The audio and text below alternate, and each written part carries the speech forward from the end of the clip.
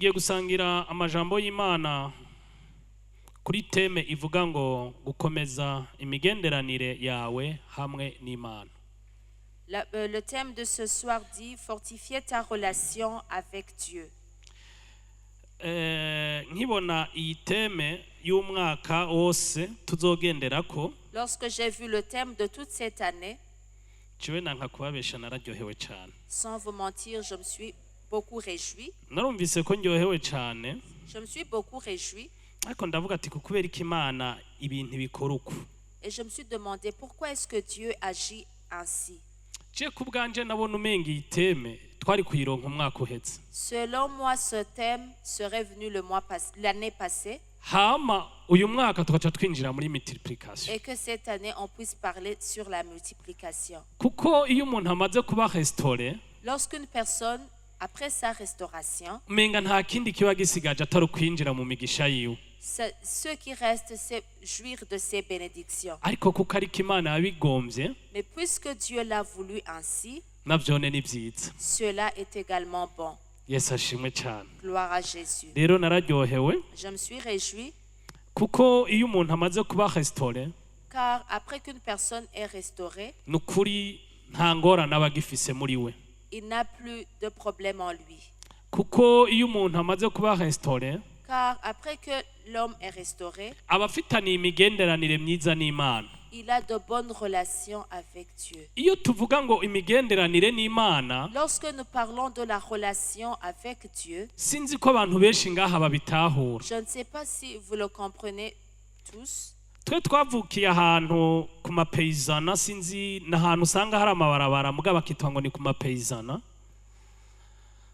Nous sommes nés là où nous sommes, notre origine de naissance. Chez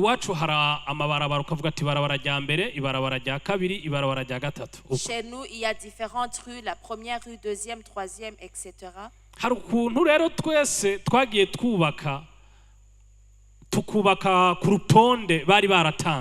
Et chacun construisait suivant l'ordre qui avait été déjà établi. Il y a une rue qui avait pour nom mutualité.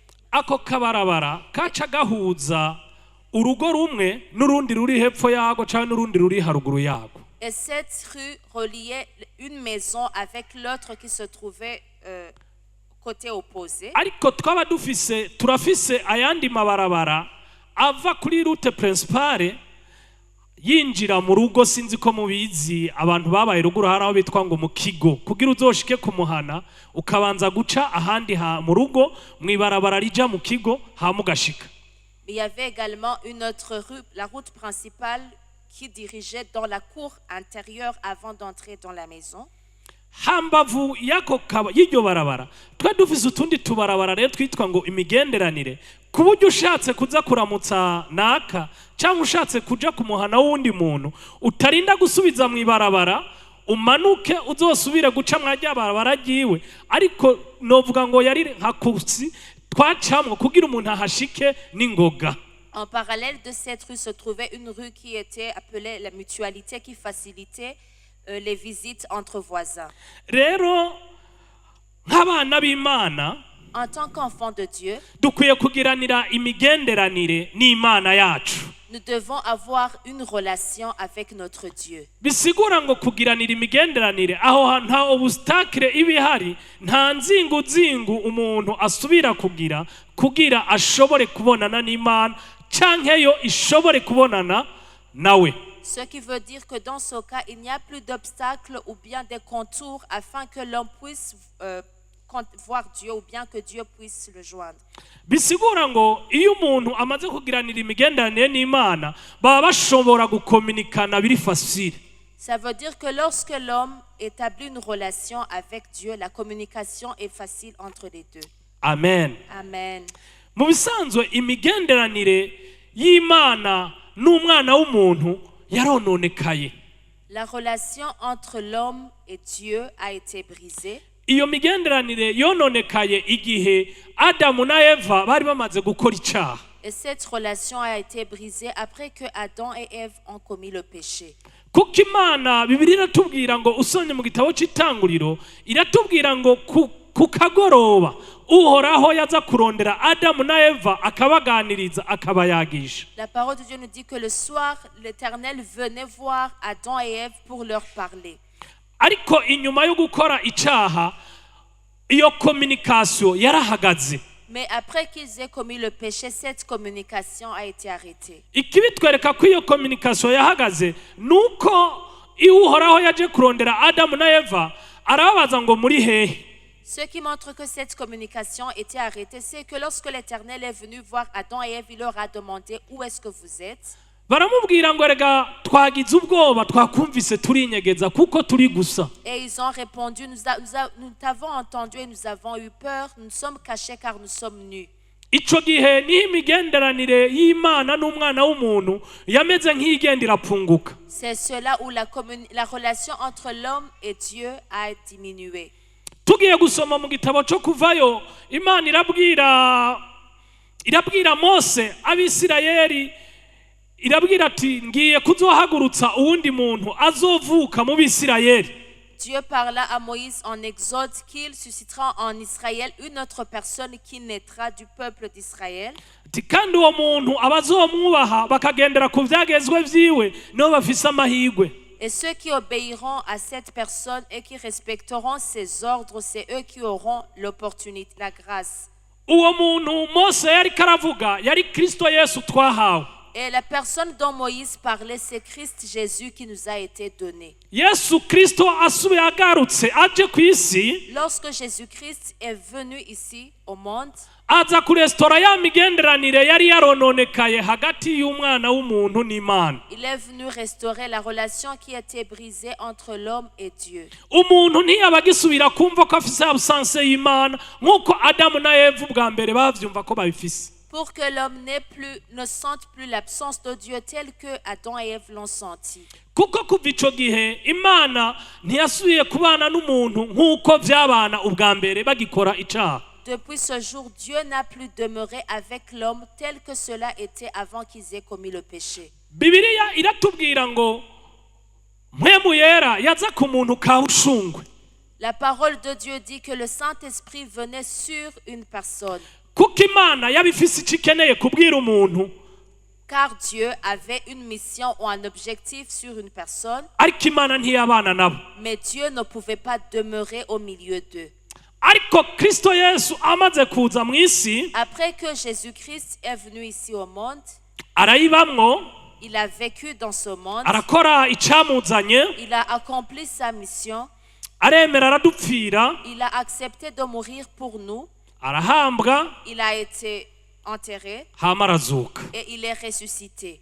Amaze kuzuka, après sa résurrection, asubira kwiyereka abigishwa biwe. Il s'est encore révélé à ses disciples. Asubiye kwiyereka abigishwa biwe, après s'être révélé à ses disciples, arababwira ngo nuko nzobasigira mpwemu yera. Il leur a dit, je vous donnerai le Saint-Esprit, abandanye aho naringejeje, afin qu'il continue là où le parcours muzobana nawe, vous demeurerez avec lui ibihe vyose, pour tous les jours. Dusubira kugiranira ubucuti rero n'Imana. Et puis cette relation avec Dieu a été restaurée. Kubwa mpwemu yera. Grâce au Saint-Esprit. Uno munsi dufitani ubucuti n'Imana kubwa mpwemu yera. Aujourd'hui nous avons la relation avec Dieu grâce au Saint-Esprit. Uno munsi umuntu arafise uburenganzira bwo kugendana n'Imana uko ashatse. Uryamye, wicaye, uri ku kazi ukabana n'Imana. Aujourd'hui une personne peut demeurer avec Dieu n'importe quel temps. Kubwa mpwemu yera twahawe. Grâce au Saint-Esprit que nous avons reçu. Ico nico gikorwa ca mpwemu yera. C'est l'œuvre du Saint-Esprit qui est faite jusqu'à aujourd'hui. Rero mu bisanzwe niko uno munsi uko vyari kuri Adamu na Eva, tel que cela était à l'époque d'Adam et Ève, uno munsi niko vyagarutse biciye muri Kristo Yesu. Cela a été restauré au travers de Jésus-Christ. Uko Adamu na Eva yaganira n'Imana atarakora icyaha, la manière dont Adam et Ève communiquaient avec Dieu ubu munsi niko tuyaga n'Imana Adamu wa kabiri amaze kuza. C'est de la même manière que nous communiquons avec Dieu après que le deuxième Adam est venu. Hallelujah. Amen. Yes, ashimwe cyane. Gloire à Jésus. Ariko turafise intambamyi. Mais nous avons un obstacle.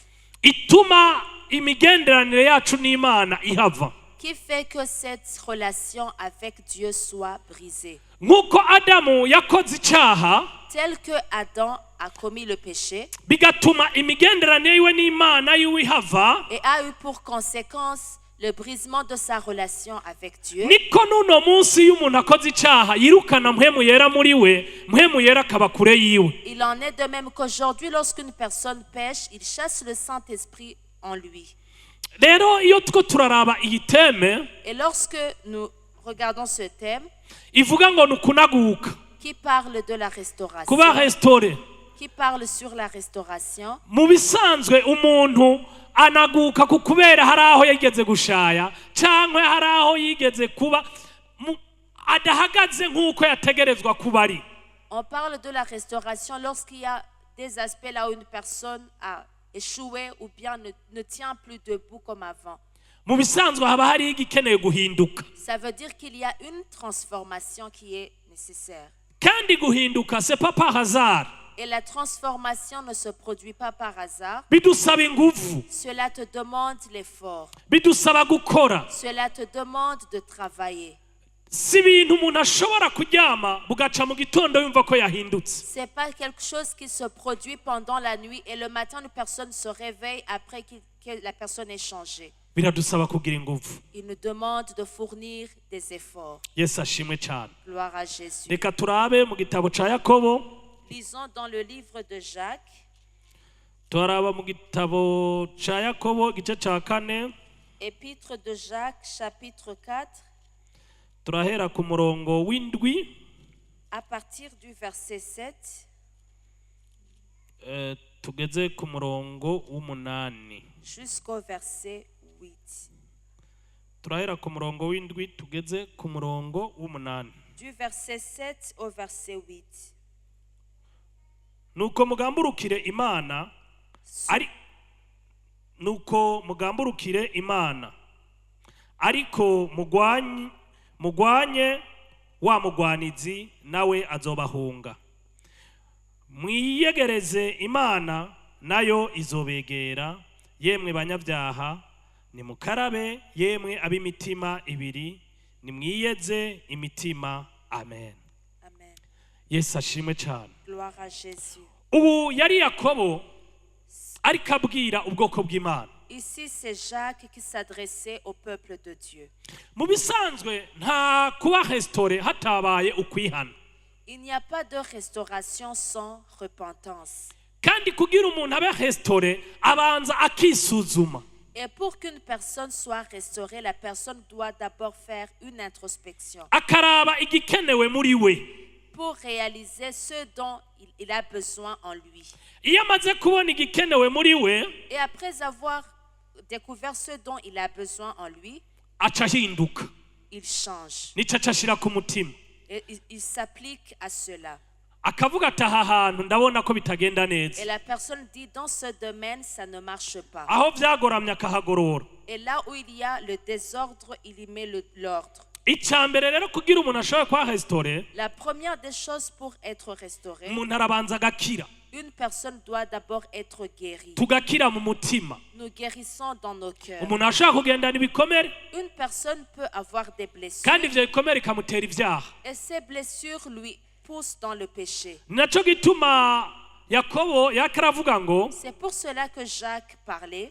nimwirukane Satani azobahunga. Résistez au diable et il fuira loin de vous. Bisigura ngo dufise ububasha Ce qui veut dire que nous avons la puissance bwo kwirukana Satani, de résister au diable kandi Satani akaduhunga. et il fuit loin de nous. Nagira ndababwiza ukuri, J'aimerais vous dire, iyo aba Satani yabishobora, si le diable en était iri jambo capable, rivuga ngo ndabahaye ububasha le mot qui dit je vous donne le pouvoir bwo guhonyora inzoka na skoropiyo, d'écraser le serpent et le scorpion, bwo kwirukana Satani n'abadayimoni, de chasser les démons et le diable, bwo gusengera abagwaye bakire. d'imposer les mains sur les malades afin qu'ils soient guéris. Iyo aba Satani yo bishobora yorikuye muri Bibiliya. Si le diable en était capable, il aurait retranché cette phrase de la Bible. Ikibazo twagize Le problème que nous avons, nuko satani yadusize ku ruhumyi, c'est que le diable nous a aveuglés, nuko nous a satani voilés. yatwibagije, Le diable nous a fait oublier. yongera kutwibagiza ko dufise ububasha Il nous a fait oublier que nous avons la puissance bwo kumwirukana, de lui résister tukabaho twidegembya, et de mener une vie étant libre tugahamagara Kristo, en invoquant Christ. Kristo akaza akaba muri twebwe. Et Christ vient afin de demeurer en nous. Amen. Amen. Nivyo Yakobo yari karababwira, C'est ce que Jacques était en train de leur dire. ababa bibutsa ngo nimwirukane satani nawe azobahunga, Résistez au diable et il fuira loin de vous. ngo ariko mwiyegereze Imana nayo izobegera. Mais approchez-vous de Dieu et il s'approchera de vous. Nta bundi buryo bwo kwirukana Il satani n'y a pas une autre façon de résister au diable. ni ukwihana, C'est la repentance. ni uguheba icyaha C'est l'abandon du péché. n'igisa n'icyaha. Et tout ce qui est semblable au péché. Iyo umuntu akora icyaha Lorsqu'une personne pêche, aba yuguruye umuryango il ouvre une porte. kuri satani, Une porte au diable. kuko araza akinjira Car l'ennemi passe par cette porte. kandi akabana nawe. Et il demeure avec la personne. Kandi murabizi misiyo ya satani, Et vous savez, la mission du diable, nta kindi kimuzana il n'a pas d'autre mission, ni ukwica. c'est tuer. Arabanza akakwica umutima, Il commence d'abord à te tuer dans ton esprit, ni ukwiba.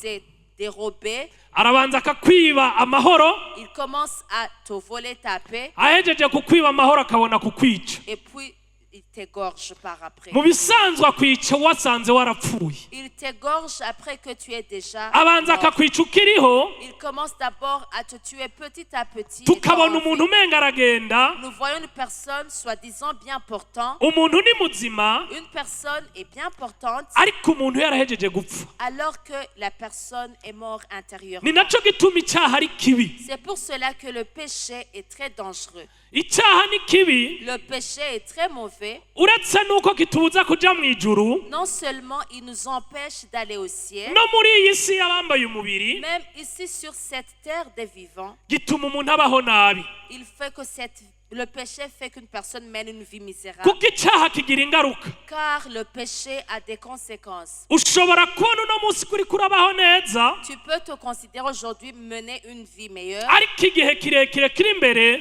mais après une longue période, ingaruka z'icyaha ukazibamwo. tu vas voir les conséquences du péché. Ni naco gituma Yakobo aduhamagarira ngo C'est pour cela que Jacques nous appelle twirukane satani, de résister au diable, ariko twiyegereze Imana mais qu'on s'approche à Dieu nayo izotwegera. et lui, il s'approchera de nous. Iyo Imana imaze kutwegera, Après que Dieu se rapproche de nous, tuba turose kwa kunaguka mu mitima yacu. nous expérimentons la restauration dans notre Amen. vie. Amen. Yesu ashimwe cyane, Gloire à Jésus. Yesu ahimbazwe. Que Jésus soit glorifié. Turabe Yohana wa mbere, Disons dans 1 Jean, igice cya mbere 1 Jean chapitre 1er, ku murongo wa 9. au verset 9. Nitwatura ibyaha byacu, niyo yo kwizigirwa kandi igororoka. Ibyo nivyo bituma iduharira ibyaha byacu, ikatwoza ukugabitanya kose. Tuvuze yuko atacaha twakoze, tuba tuyigize umubeshi, kandi n'ijambo ryayo riba ritakiri muri twebwe. Amen. Amen. Haleluya. Alléluia. Nico gituma uyu munsi Aujourd'hui, mushobora kwibaza ati ni kubera iki vous pouvez vous demander pourquoi ariko aratubwira ibyo kwihana ibyaha, il nous parle sur la repentance, kandi twebwe twarakijijwe, alors que nous sommes déjà kandi convertis, twebwe twarabatijwe, alors que nous sommes baptisés, kandi twebwe twumva ko turi abakristo. alors que nous sommes chrétiens. Ariko Bibiliya iratubwira ngo Mais la Bible nous dit, iyo tuvuze ko tutari abanyabyaha, si nous disons que nous n'avons pas péché, tuba twise Imana umubeshi, nous faisons Dieu un menteur. kandi n'ijambo ryayo Et sa parole tuba turihinduye ubusa, n'est point en nous. kandi riba ritari no muri twebwe. Cette parole n'est point en nous. Aha Yohana Jean, dans ce passage, yari karabandikira babwira ngo nitwature ibyaha byacu il leur écrivait en leur disant, confessez vos péchés, ngo kuko ariyo yonyine ikwiye kuduharira car il est le seul qui peut nous pardonner. kandi niyo yo kwizigirwa Et il est fidèle kandi igororoka. et juste. Ivyo nivyo bituma iduharira ibyaha. C'est pour cela qu'il nous purifie toute iniquité. Igituma iduharira ibyaha byacu nuko tuvyatura. Ce qui fait que Dieu purifie nos iniquités, c'est parce que nous les confessons. Tukatura ibyaha byacu. Nous confessons nos péchés. Rero abakizwa barandyohera ukuntu. Vraiment, les chrétiens m'étonnent beaucoup. Hari igihe rimwe na rimwe usanga abakizwa menga turera. Souvent, les chrétiens, on dirait que nous sommes saints. Kuba twarabatijwe mu mazi menshi, Le fait que nous avons été baptisés par immersion, kuba dufise adresse y'ishengero dusengeramwo rizwi, le fait que nous avons une adresse connue d'une église, umenga byararangiye. on dirait que tout est terminé. Ariko nagira ndababwira ikintu kimwe. Mais j'aimerais vous dire quelque chose. Umuntu ashobora kuba ari mu ishengero Une personne peut être dans l'église adasambana, sans commettre l'adultère, atiba, sans commettre le vol, atanabesha bigaragara, sans même mentir. ariko hariho utwaha abakizwa tugendana. Mais il y a d'autres péchés que nous les chrétiens nous commettons. Turafise ibyaha abakizwa dufise muri twebwe. Nous avons des péchés que nous les chrétiens nous avons. Kandi uno munsi Satani yatweretse kwivya ataco bitwaye. Et aujourd'hui le diable nous montre que ça ne fait rien. Kuba warahevye kuboregwa wewe nta vyaha ukora. Si tu as abandonné l'ivrognerie, toi tu n'es pas pécheur. Kuba utagica inyuma umupfasoni wawe canke umushinga ntahe wawe wewe nta ngorane. Si tu n'es plus infidèle envers ton mari ou ta femme, tu n'as pas de Ariko problème. ugasanga ari utwaha dufise two kubesha, Mais il y a d'autres péchés comme le mensonge. ukumva ko umenga iyo uhenze umuntu n'ibisanzwe, On dirait que lorsque tu mens une personne, tu le trouves simple. ukumva ko umenga iyo utuvuganye ukuri na mugenzawe n'ibisanzwe. On dirait que lorsque tu ne parles pas en toute franchise avec ton ami, c'est quelque chose qui est simple. Hariho ibyaha by'inzigo mu mitima tugendana, Il y a les péchés de la méchanceté que nous avons. ugasanga umuntu afise inzigo mu mutima yagiriye runaka yarayibitse umwaka umwe wa kabiri n'uwa gatatu. Et une personne a de la méchanceté envers une personne durant 2 ou 3 ans. Ugasanga umuntu afise abo yitwa abakunzi n'abo yitwa abansi kandi yaramenye Kristo. Et une personne a des amis ou des ennemis alors que la personne a connu Christ. Ugasanga umuntu mu kubeshera uwundi yamubwira inkuru agaca arenza ku yindi. Une personne qui fait des comment dirais-je, qui dit des mensonges à propos d'une personne. Ivyo vyose bituma tudashobora gutungana imbere y'Imana. Tout cela fait que nous ne pouvons pas être justes devant Dieu. Kuko Bibiliya iratubwira ngo Car la Bible nous dit, uwavuze ngo ntukice celui qui a dit ne tuez niwe pas, yavuze ngo ntukibe ntugasambane. c'est lui-même qui a dit ne commettez pas l'adultère, ne volez pas. Imbere y'Imana nta caha kiba gito. Devant Dieu, il n'y a pas de péché qui soit petit. Bibiliya iratubwira ngo nitube imvuga kuri. La Bible nous dit que l'on soit vrai, Imana iradushaka ko tuba honnête. que Dieu veut que nous soyons honnêtes. Imana iradushaka ko tuba imvuga kuri. Dieu veut que nous soyons honnêtes. Imana iradushaka ko tuba abanyarukundo. Dieu veut que nous ayons de l'amour, Tugire urukundo muri twebwe. que l'on ait l'amour en nous. Amen. Amen. Erega mu bisanzwe Imana ntibibaze ngo yarananiwe gukora. Ne pensez pas que Dieu a échoué d'agir. Ushobora kuba warasenze umwaka wose. Peut-être tu as prié pendant une année. Ushobora kuba ufise imyaka 10 hari ico urasengera. Peut-être ça fait 15 ans il y a un sujet de prière que tu as. Ariko Imana ukibaza kumenga byarayinaniye gukora kuri wewe. Et tu dis que Dieu a échoué d'agir pour toi. Oya Imana ntiyananiwe gukora ku buzima bwacu. Dieu n'a pas échoué d'agir dans nos vies. Ahubwo twebwe nitwe twabaye intambamyi yayo. Mais c'est nous qui avons été un obstacle pour lui. Twarayibujije gukora ku buzima bwacu. Nous lui avons empêché d'agir dans nos vies. Yo iradushaka gusa ko twezwa, Lui, il veut que nous soyons sanctifiés, dutungane, que nous soyons sanctifiés ibisigaye tuyibirekere. et que le reste, on lui donne contrôle. Amen. Amen. Imana rero Dieu, irashobora kuba yarabuze aho ikorera muri wewe, peut-être qu'il a manqué d'espace pour agir dans ta irashobora vie. kuba yarabuze aho ikorera muri jewe, Il a manqué d'espace pour agir dans ma irashobora vie. kuba yarabuze aho ihera. Il a manqué par où commencer. Nahanje ho kwisuzuma, C'est à moi de m'examiner. nahawe ho kwisuzuma. C'est à toi aussi de t'examiner. Haleluya, Amen. Yesu ashimwe cyane. Gloire à Jésus. Turabe mu gitabo cy'ibyahishuriwe Yohana igice cya gatatu, Lisons dans Apocalypse chapitre 3, turahera ku murongo wa 19. à partir du verset 19. Turaza ibyahishuwe Yohana igice cya gatatu turahera kuri 19 tugeze kuri 20. Du verset, Apocalypse chapitre 3 du verset 19 au verset 20. Abo nkunda bose ndabakankamira, nkabakangira, nuko gira umwete wihane. Abo nkunda bose ndabakankamira, Ceux que j'aime, je les reprends nkabakangira, et je châtie.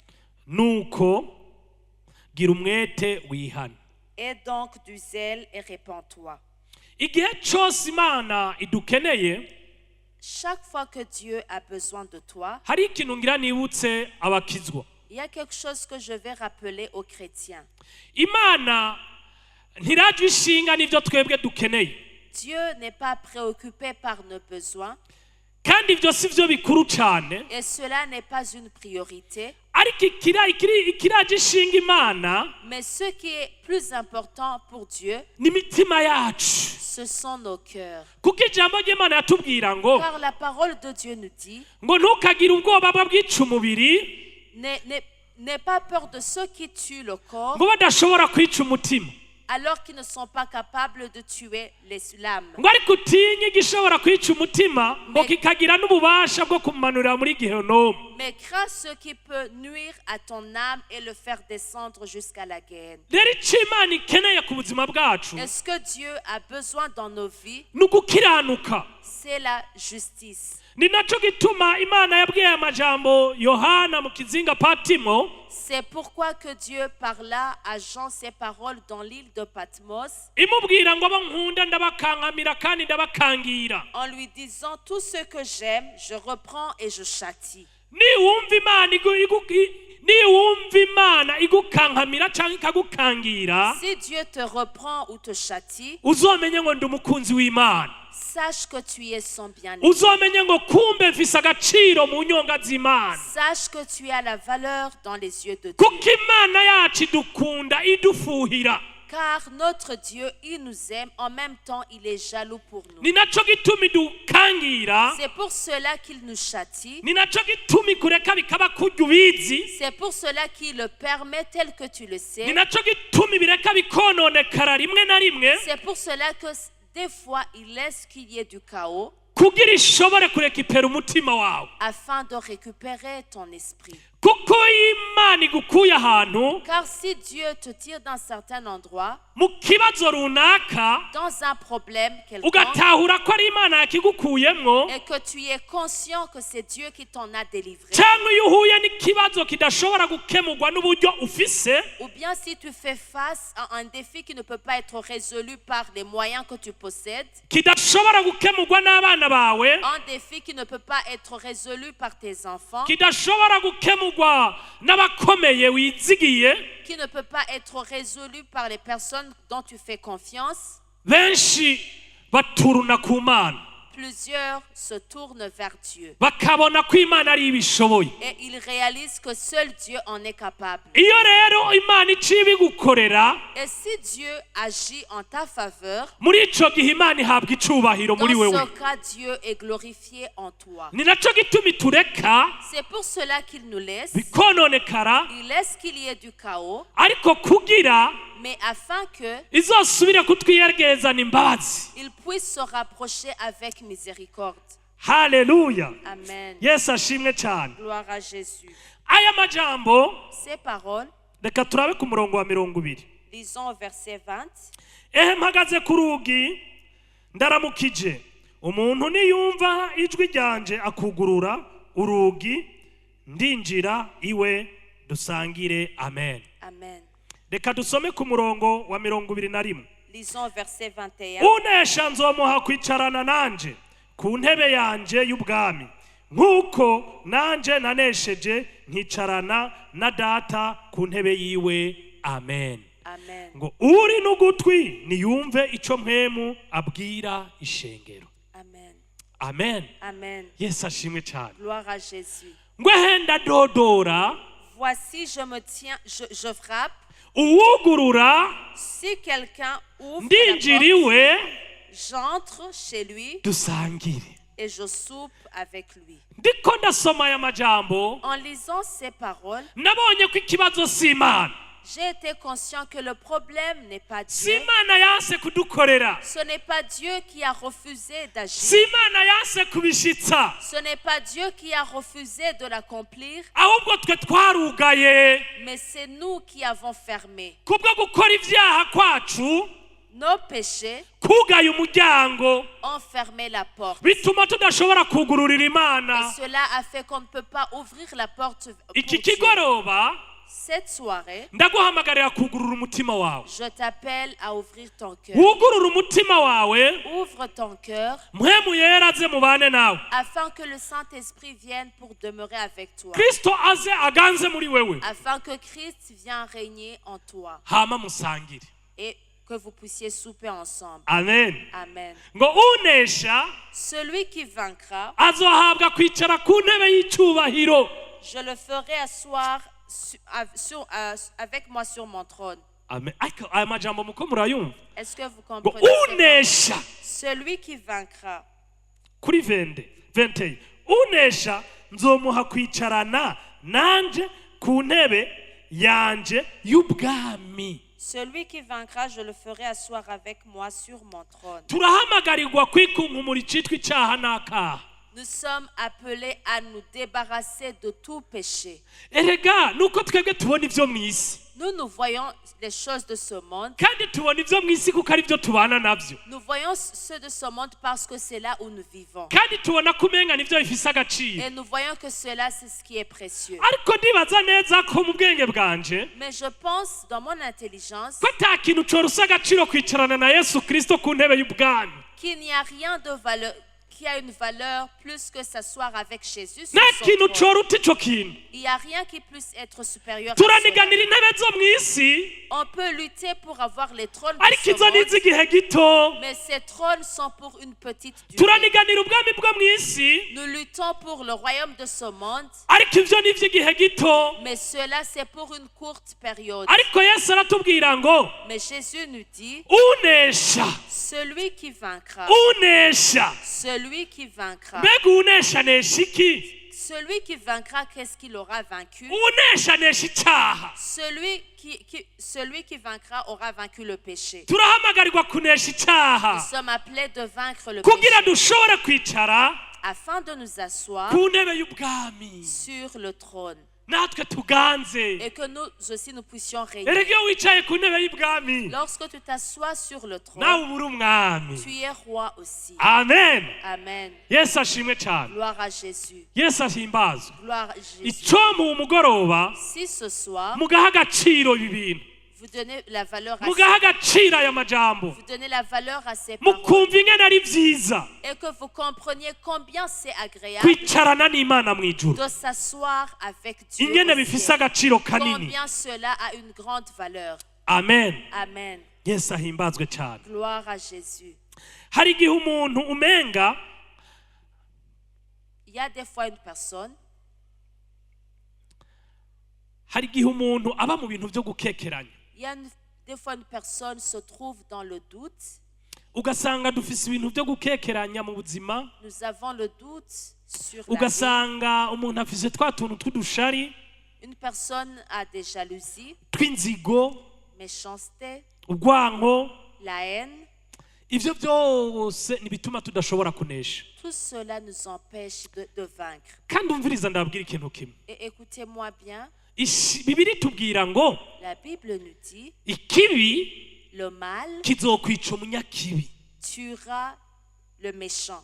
iyo ugumije ishavu muri wewe Lorsque tu gardes la colère en urigiriye toi, aba amahoro celui envers qui tu as cette kandi colère ugirira est en paix. inzigo Et celui envers qui tu as cette haine, wewe agira amahoro la personne est tranquille en paix. ariko wewe urapfa Mais toi, tu as la mort interne. ugira gupfa mu buryo bw'impemu Tu meurs spirituellement, ugapfa no mu buryo bw'umubiri mais également physiquement, tu esitoma succombes. izoduga Tu auras l'ulcère esitoma d'estomac. zizoturya Tu auras les kandi uwo problèmes twagiriye d'estomac. ishavu akomeye Alors que la personne envers qui nous Kandi avons wewe de la waramahoro. colère, la personne est bien. biradusaba Cela nous demande, kandi iyo umuntu atanze imbabazi quand une personne pardonne, aba arabohoka lui aussi est libéré. niyo ntambwe yo kubohoka C'est ça l'étape pour la niyo ntambwe yo libération. kuba amahoro C'est ça l'étape pour être en paix. nta mpamvu n'imwe Il n'y a aucune raison kandi nta kintu na kimwe gihari et il n'y a aucun motif cyotuma ubaho utagira amahoro mu buzima bwawe qui peut être obstacle à ta paix dans ta vie. ibyo byose bikubujije amahoro Tout ce qui t'empêche d'avoir la paix, wobigira ubusa muri wewe si cela tu le rends nul en toi ukabyaka agaciro wabihaye et que tu enlèves tout le pouvoir que tu les as attribués, woba amahoro tu serais en paix ukabohoka et libéré. igituma udafise amahoro Ce qui t'empêche d'avoir la paix, igituma utaraba restore ce qui t'empêche de ne pas être nuko hari restauré, ibyo ufise muri wewe c'est parce qu'il y a ceux dont tu as en toi, wabihaye agaciro tu les as valorisés kandi warabikujije et tu les as fait grandir, ubigira ibikomeye tu les as fait grandir en izo toi. ngorane uzigira izikomeye Les problèmes ont eu la grande place en toi. amajambo bakuvuze uyagira yakomeye Les appellations qu'on t'a données, on les donne urusaku la valeur. bakuvuze urugira urukomeye Toutes les calomnies qu'on urwango t'a dites bakwanse sur toi, urugira urukomeye la méchanceté que tu as subie, tu l'as donné la bituma grande valeur. wononekara Et cela a fait que tu sois détruit. ariko uno munsi Mais aujourd'hui, ibyo byose wabishyira hasi si tout cela, tu les mets ukavuga de ati uyu côté munsi ndakiriye amahoro atangwa n'imana et que tu dis aujourd'hui, je reçois la paix venant de Dieu, urabohoka tu es libéré. urabohoka Tu es libéré. kuko yesu agiye kuja mu ijuru Car lorsque Jésus nta allait rindi au jambo yabwiye ciel, abigishwa il n'a pas dit aucun autre mot. yababwiye ngo henda basigiye amahoro Il leur a dit, je vous laisse ma paix. atari ay'ab'isi batanga Non pas celle que le monde ariko donne, amahoro ava mu ijuru mais la paix qui vient ku du ciel, mana data wa twese wo mu ijuru venant de Dieu. ayo Père niyo céleste. mahoro yesu yadusigiye C'est cette paix que Jésus nous kuko a kubera laissée. kubaho utagira amahoro yesu yaratanze Pourquoi amahoro est-ce que tu mènes une vie sans paix rekura alors ibyo que bintu Jésus a byose donné? byaboshe umutima wawe Abandonne tout ce qui a lié ton erega hari igihe cœur. umuntu agenda umutima wiwe uboshwe Il y a des fois une personne marche avec un tukagenda cœur batubona lié. ko umenga turidegembya ariko tuboshwe On dirait que nous sommes libres. alors umuntu que nous ntakiboshwe sommes libérés. n'urwango umuntu ntakiboshwe n'ubusambanyi Une personne n'est plus esclave. ntakiboshwe de la n'akaboregwe misère. Il n'est plus ariko esclave urwango de l'hypocrisie, ruracamuboshe mais il est esclave inzigo de la méchanceté. iracamuboshe Il est esclave ishyari de la haine. riracamuboshe Il est esclave de la jalousie. reka yesu akubohore kuri uno Que mugoroba Jésus te libère ce reka yesu soir. abohore imitima yacu Que Jésus libère nos cœurs atugirire neza et qu'il nous fasse du bien. amen Amen. yesu ashimwe cyane Gloire à Jésus. yesu ahimbazwe Que Jésus soit dusome glorifié. mu gitabo cya matayo Lisons dans l'évangile de Matthieu, igice cya gatanu Matthieu chapitre 5, turahera ku murongo wa 43 à partir du verset 43. amen Amen. yesu ahimbazwe cyane Que Jésus soit glorifié. igice cya gatanu turahera ku murongo wa 43 okay. mwarumvise ko byavuzwe ngo mukunde bagenzi banyu mwanke abansi banyu ibi byari byagezwe bya Mose Cela faisait partie les commandements de Moïse. ngo nimukunde abagenzi banyu Aimez vos prochains, ariko mwanke abansi banyu mais haïssez vos ennemis. ariko umva icyo yesu atubwira Mais écoutons ce que Jésus nous dit. yesu aratubwira ngo Mais Jésus nous dit, ngo ariko jeho ndababwire mais moi Mou- je vous dis, mukunde abansi banyu aimez vos ennemis, musabire ababahama bénissez ceux qui vous maudissent, kugira ngo mube abana ba so wo mu ijuru afin que vous soyez fils de votre Père qui est dans les cieux, kuko atuma izuba ryiwe rirasira ababi n'abeza car il fait lever son soleil sur les méchants et sur les bons, kandi aha imvura abagororotsi n'abagabitanya. Et il fait pleuvoir sur les justes et sur les injustes. Amen. Amen. Ngo kandi ahimvura abagororotsi Et il fait pleuvoir sur les justes n'abagabitanya. et sur les injustes. Wewe kukubera iki? Wewe wanka mwene surinde. Toi qui es ton prochain, Wewe qui es wankana kukubera iki? toi qui as la haine, pourquoi? N'Imana yo mwijuru irabakunda. Même le Dieu du ciel les aime. Hari umunsi murabona imvura yaguye mu rugo iwawe gusa. As-tu vu un jour la pluie pleuvoir chez toi seulement? Kumwe witwa umunyabyaha ntigwe. Et que celui que tu appelles pécheur, il n'y a pas de pluie chez lui, Ariko igwa hose. mais la pluie tombe partout. Kuko Imana ari nyarukundo. Car notre Dieu Kuko est Imana généreux. idukunda. Notre Dieu nous aime. Amen. Amen. Nuhamagarirwa gukunda umwansi wawe, Si tu es appelé à aimer ton ennemi ukamwereka urukundo, et que tu lui témoignes de l'amour, muri wewe uzobohoka, en toi tu seras libéré. kandi n'umwansi wawe Et azobohoka. même ton ennemi sera libéré. Kuko bizomutangaza. Car cela va l'étonner. Nta kintu gikomeye Il y a quelque chose qui soit plus nko grand gukorera icyiza umuntu que faire du bien à une personne atarakwitezeko. qui ne s'attendait pas de toi. Umuntu yarazi kumwanka. Une personne qui croyait que tu le détestes. Umuntu yarazi kuri umwansi wiwe. Une personne qui te prenait pour son ennemi. Ariko ukamwereka urukundo. Et que tu lui montres l'amour. Uwo muntu bizomubohora. Cela va le Uwo muntu libérer. bizotuma akira. La personne sera Ariko guérie. nukomeza kumwanka, Mais si tu continues à le haïr, azotuma yanka n'Imana yawe. il haïra également ton Ariko Dieu. numukunda, Mais si tu l'aimes, azokunda n'Imana il yawe. aimera ton Dieu. Kandi azokenera kumenya Et il cherchera à connaître icyabiguteye la raison kugira umukunde qui a fait que tu l'aimes, mu gihe we yagukoreye ikibi, alors que lui, il t'a mu fait gihe we du yarazi mal, kuri umwansi wiwe. alors que la personne te prenait pour son ennemi. Haleluya. Amen. Yesu ashimwe cyane. Gloire à Jésus. Umviriza rero ayandi majambo Yesu yababwiye. D'autres paroles que Jésus leur a dit. Nimwakunda ababakunda muri n'imperaki. Si vous aimez ceux qui vous aiment, quelle récompense méritez-vous?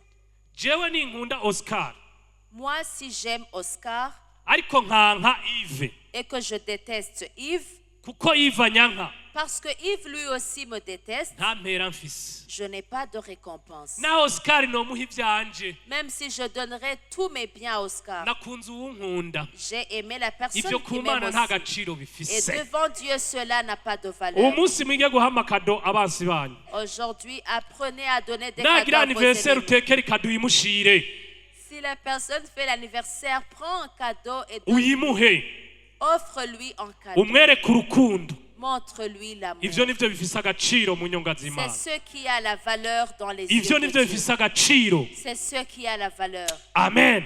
Amen. Yesu ashimwe cyane. Gloire à Dieu. Mbega abatoza kori bo siko bagira.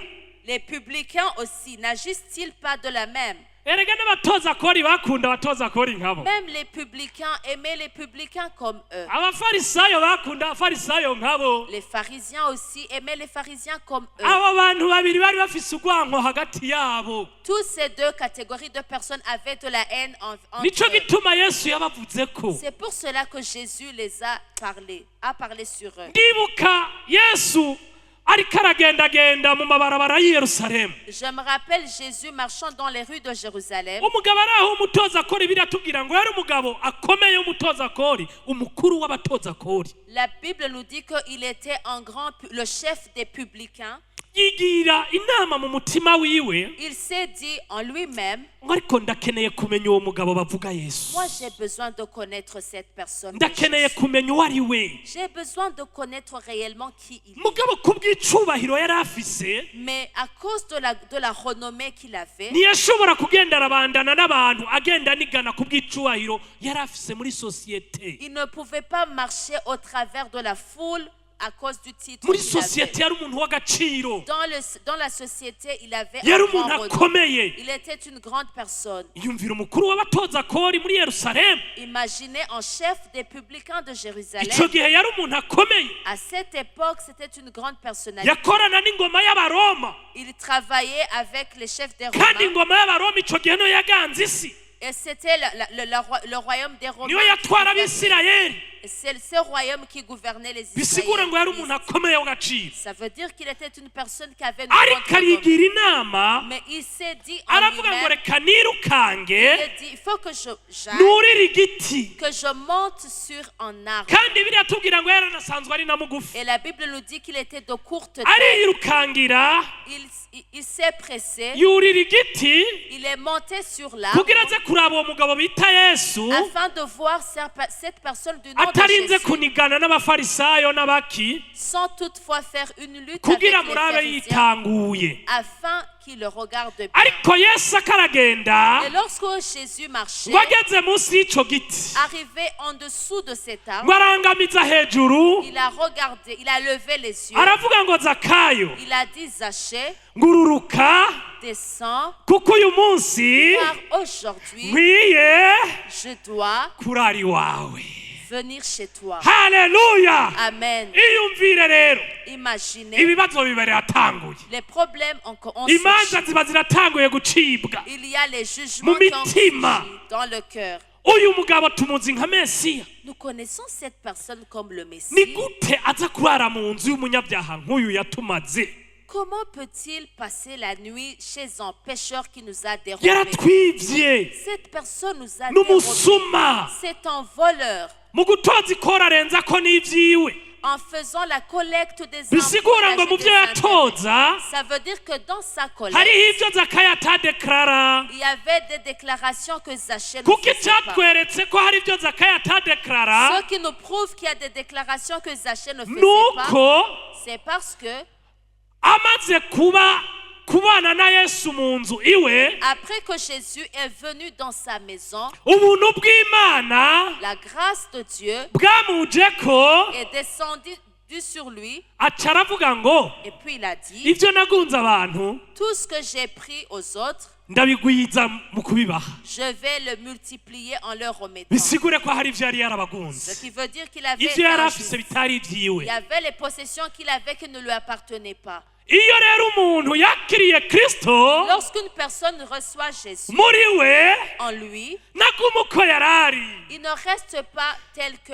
kandi était. kristo ntamusiga uko yamusanze Et Jésus ne laisse pas la personne telle qu'il l'a baraciye trouvée. imanza Ils ont fait des uyu jugements. munyabyaha Ce pécheur. ariko uwo munsi Mais ce soir, cette zakayo soirée, agirirwa ubuntu Zachée a eu la zakayo grâce. yakira agakiza Zachée a reçu le ibyo salut. yari yaragunze abantu arebe basubiza Et tout ce qu'il avait volé aux individus, et les bisigura ngo ce qui veut dire, natwe ntitukanke abanyabyaha nous aussi, nos iyo tubiyegereje lorsque nous nous approchons tukabagira d'eux abakunzi bacu et que nous les faisons nos amis, ntitubasiga uko twabasanze ne les laissons pas tels hari qu'ils ibyo les tugenda apportent. duhinduye mu buzima Il y a bwabo des transformations hari ibyo que nous tugenda laissons. duhinduye mu ngo Il zabo y a des changements que nous ubuzima laissons dans leur bugahinduka vie. La vie change. haleluya Amen. yesu ashimwe cyane Gloire à Jésus. yesu ahimbazwe Que Jésus soit glorifié. icyubahiro kibi cy'imana Que yacu toute la gloire revienne à notre Dieu. icyubahiro kibi cy'imana yacu Que toute la gloire revienne à notre Dieu. haleluya Alléluia. bantu b'imana Peuple de Dieu, ikintu nobabwira kuri uno mugoroba ce que je peux vous dire ce soir, ntukagumane ibibazo byawe ne garde pas tes problèmes. niwidesharije Décharge-toi. niwidesharije Décharge-toi. vuga ingorane zawe Parle de tes problèmes. bibiliya iratubwira ngo henteze ibiganza La Bible dit, je abaza kuri tous jewe bose ceux ndabakira qui viennent vers moi, abarushe je les n'abaremerewe reçois. nibaze kuri Que tout ce jewe qui est fatigué vienne kubera vers kuguma moi. urushe Pourquoi est-ce que tu restes fatigué? kubera kuguma urushe Pourquoi tu restes hariho fatigué ushobora kukuruhura alors qu'il y a quelqu'un qui peut te donner du repos? kubera iki wiganyira Pourquoi est-ce que hari ushobora kumara agahinda wewe tu as des inquiétudes alors kubera qu'il iki y a wemera quelqu'un ko qui peut satani t'aider? akugumiza muri ubwo buzima Pourquoi est-ce que tu acceptes que le diable te Takambira Imana. implore Dieu? atura n'akanwa kawe Confesse avec ta niwatura bouche. ibyaha byawe Confesse tes ukoma péchés. induru uborogera imana Crie vers imana Dieu iragutabara et Dieu va te délivrer. hari aho mwibaza ko umenga imana ni umukunzi w'abakristo Il y gusa a des fois vous pensez que Dieu, il est l'ami erega des abantu bose chrétiens. babaye abakunzi b'imana Tous ceux qui ont été amis de Dieu ntibari abantu beza n'étaient pas de bonnes bari personnes. abanyabyaha C'était des bari pécheurs. abantu batagororotse C'était des personnes ariko injustes. rufetike bagiye baba abakunzi b'imana Mais le fait qu'ils ont pris bagiye le processus d'être barahinduka amis de petit à Dieu, petit ils ont été changés. iyegereza petit à imana petit. Approchez-toi yondera de kuba Dieu. umukunzi w'imana Il est redevenu ntiwite ku l'ami byaha de Dieu. byawe ntiwite ku byo wakoze ne te focalise pas ntiwite sur ku tes ngorane péchés, ubona ne te focalise ntiwite pas ku sur tes bibazo byawe problèmes, ne te focalise ariko pas ngenda sur tes guhamagarire problèmes, kwiyegereza imana mais je t'appelle imana à izogendera t'approcher de guhindura Dieu. ku munsi ku munsi Dieu va te changer uyu du jour mugabo au dawidi lendemain. yari L'homme de umuntu David, yabwiza imana ukuri kwiwe kose c'était un homme sincère envers Dieu. amarangamutima yose Il lui disait tous ses sentiments. reka tuhasome turangitse Lisons en terminant. dawidi sakarande zaburi Psaume 142. zaburi sakarande Psaume 142. ce turangitse Et nous allons clôturer. ndatakambira uhoraho ijwi ryanje ndagingingisha uhoraho ndajojera amaganya yanje imbere yiwe amagorwa yanje ndayaserura imbere yiwe iyo umutima wanje undendebukiyemwo ni wewe umenya iminyuro yanje mu nzira ncamwo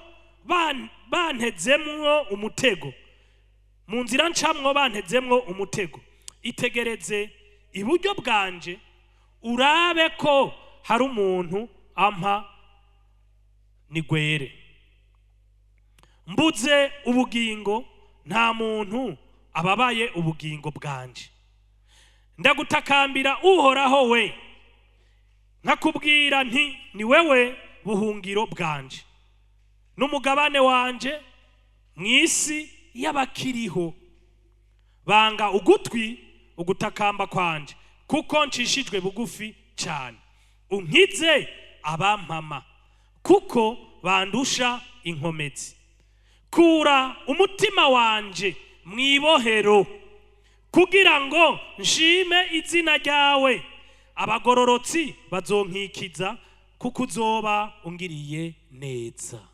Amen. Uyu mugabo yabwize ukuri Imana ivyiwe byose. Cet homme parlait en toute vérité de sa Ukumva situation. hari kikubakiye Si tu as des genda mu préoccupations, cyumba cawe va dans ta chambre. ubwira Imana yawe Parle à ton Dieu. nuce à gauche à droite Ne fais pas des yibwira contours. uko ibintu byumva Parle à Dieu en toute franchise. yibwira uko ikibazo kiri Décris ton problème. gitumbereze. Décris de façon claire ton problème. umviriza ndababwira ikintu kimwe kandi ndabakebure. J'aimerais bien vous conseiller. nagira ndababwire uko J'aimerais vous dire ceci. uno munsi Aujourd'hui, wihane répands-toi kubwira umuntu ingorane zawe de raconter tes problèmes à une personne. kuko ibyo nibyo byagwije ibikomere muri benshi. Car c'est ce qui a été la cause des blessures. hari igihe umuntu ugenda ukamubwira ibibazo byawe ingorane ufise Il y a des personnes, tu t'approches à une personne, tu lui racontes tous tes problèmes kandi ukazibwira umuntu atari bugufashe kuzisengera et tu le racontes à une personne qui ne va même pas t'aider à prier. pour ntari cela. bugufashe kuzisengera Il ne va pas t'aider dans la prière, ahubwo agaca agenda kwa mugenzi we mais plutôt il va chez son ami, agaca abimubwira il lui en raconte mu kubimubwira ntabivuga nk'uko wabivuze et en le racontant, il ne va pas être juste tel que tu l'as dit. ahubwo aca arenza ko ayandi majambo yiwe Il nawe va ajouter ses propres paroles. wamara kubyumva Et après que tu l'apprends, bigakomeretsa umutima cela blesse ton cœur. wewe ukaba uzi ko wabivuze wibaza ngo ukuridesharija kugira ukire Et toi, tu dis que tu l'as dit pour te décharger. ariko wumva amajambo nawe yongeyeko Mais après que tu entends les paroles qui ont été ajoutées, ibikomere bikiyongera. il y a les blessures qui s'accumulent. bwira Imana yawe. Parle à ton Dieu. nubwira Imana yawe Si tu parles à ton Dieu, uzoruhuka.